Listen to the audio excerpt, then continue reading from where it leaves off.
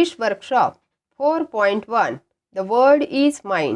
विद्यार्थी मित्रांनो, आपण तुमच्या पाठ्यपुस्तकातील 4.1 द वर्ल्ड इज माइन या कवितेवरील इंग्लिश वर्कशॉप अतिशय सोप्या पद्धतीने कसा सोडवायचा हे पाहणार आहोत. प्रत्येक प्रश्नाचा अर्थ समजून सांगितला आहे, तसेच साध्या सोप्या भाषेत उत्तरेही दिली आहेत. तुम्ही तुमची वही व पेन सोबत ठेवा, म्हणजे तुम्हाला उत्तरे लिहून घेता येतील. चला, क्वेश्चन नंबर 1 पाहूया. Complete the following after reading the poem.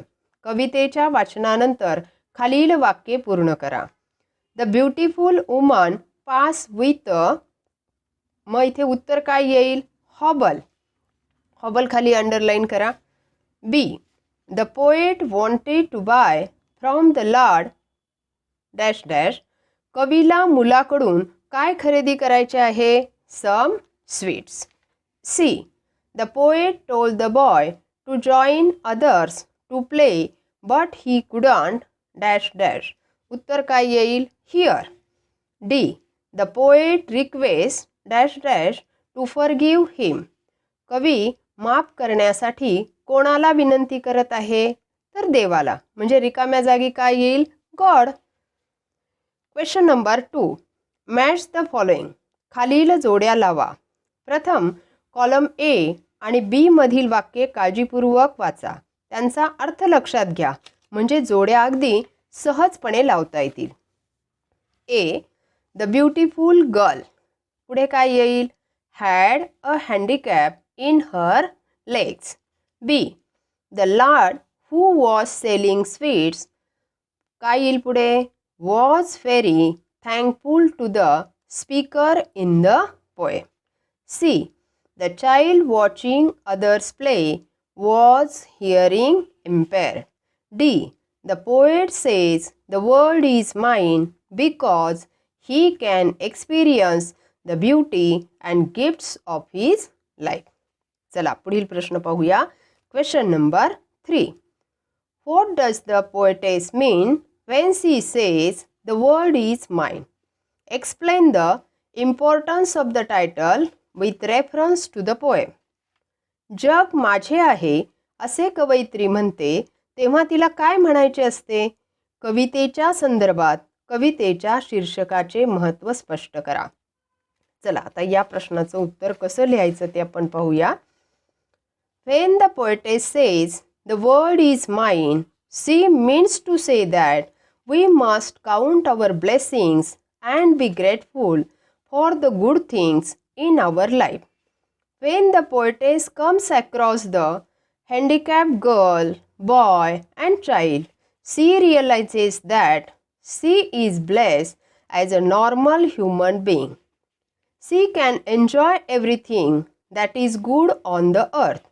So, we should content with the basic necessities to lead a normal life. That is why she says the world is mine. The title gives the summary of the poem. Contentment is happiness. Hence the title is appropriate. चला, पुढील प्रश्न पाहूया. Question number 4. Answer in your own words. तुमच्या स्वतःच्या शब्दात उत्तरे लिहा. A. What is the theme of the poem. कवितेचा मुख्य विषय कोणता? The theme of the poem is that you must count your blessings instead of complaining about the things we don't have. We should thank God for blessing us with a wonderful life. B. Do you think people with some handicap should Beg for money? Justify your answer. एखादे व्यंग असलेल्या म्हणजेच दिव्यांग लोकांनी पैशाकरता भीक मागावी असे तुम्हाला वाटते का? तुमच्या म्हणण्याचे समर्थन करा. I think that people with some handicap should not beg for money. There are various kinds of jobs for handicap. People with a handicap should strive to lead an independent life. God gives them something extraordinary. Working even in hard condition is better than begging. If they beg for money, they will lose their self respect. C. What is better. पुढीलपैकी अधिक चांगली गोष्ट कोणती. To completely take over the work and responsibility of a disabled person in order to help, or encourage such a person to do it himself or herself in a different way. याचं आपण आता उत्तर पाहूया. In my opinion, it is better to encourage a disabled person to do things by himself or herself. We should not take over the work and responsibility of a disabled person. God blesses him or her with an extraordinary power with which he or she can work. Sometimes, by helping a disabled person, we might make them feel dependent. Therefore, we need to encourage them to do things by themselves. चला, पुढील प्रश्न पाहूया. Question number 5. Make a list of pair of rhyming words from the poem. कवितेतील यमक जुळणाऱ्या शब्दांची यादी करा. For example, wine, mine. पुढील शब्द आपण लिहूया. रॅमिंग वर्ड्स म्हणजे काय, तर ज्या शब्दांचा शेवटचा ध्वनी किंवा उच्चार सारखा आहे असे शब्द. मग कोणते येतील ते. Kind, blind, glow, no, hair, fair, charm, harm. B. The rhyme scheme of the first two stanzas is. पहिल्या दोन कडव्यांची राईम स्कीम कोणती. राईम स्कीम म्हणजे काय आणि ती कशी देतात हे मी तुम्हाला या कवितेच्या ॲप्रिसिएशनच्या व्हिडिओत अगदी सोप्या पद्धतीने समजून सांगितले आहे. तर स्टांझा 1ची राईम स्कीम येते A A B C C आणि स्टांझा 2ची A B B C C D D. चला, पुढील प्रश्न पाहूया. Question number 6. Pick from the poem lines which contain the figures of speech. खाली दिलेले फिगर्स ऑफ स्पीच असलेल्या कवितेतील ओळी निवडा. या कवितेतील ओळीमध्ये कोणते फिगर ऑफ स्पीच आहेत हे मी कवितेच्या स्वतंत्र व्हिडिओत समजावून सांगितले आहे. ए. इन्व्हर्शन. यामध्ये काय असते तर काव्यात्मक परिणाम साधण्यासाठी शब्दांचा क्रम बदललेला असतो.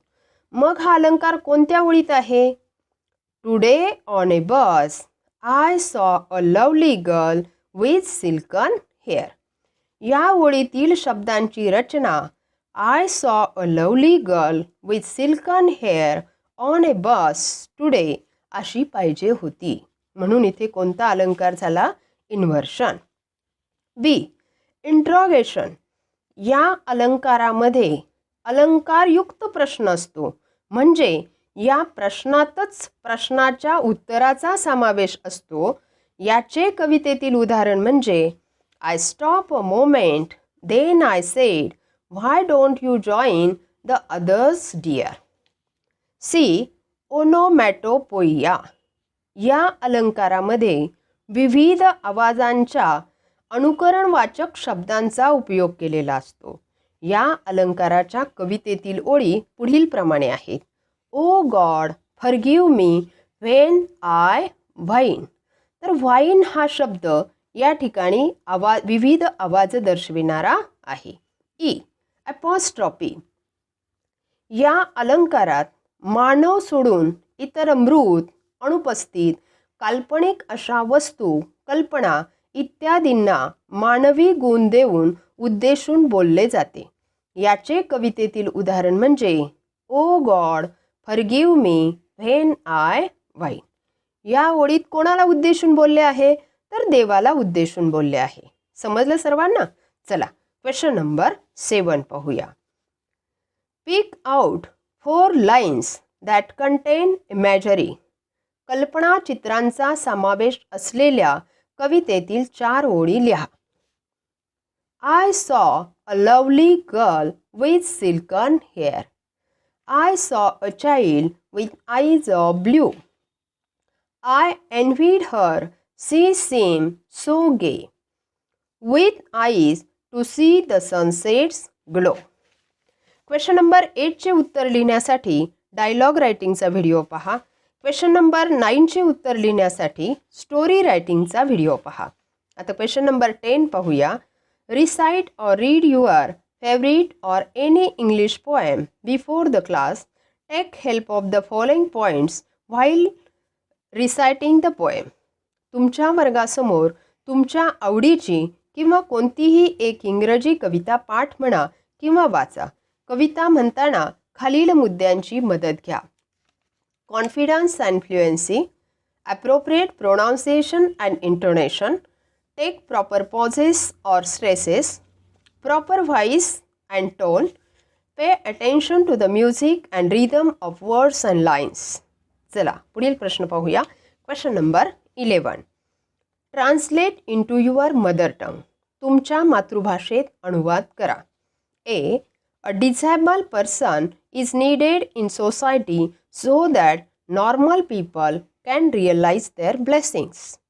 सामान्य लोकांना त्यांना मिळालेल्या वरदानांची जाणीव व्हावी याकरता समाजात दिव्यांग व्यक्तीची गरज असते. बी.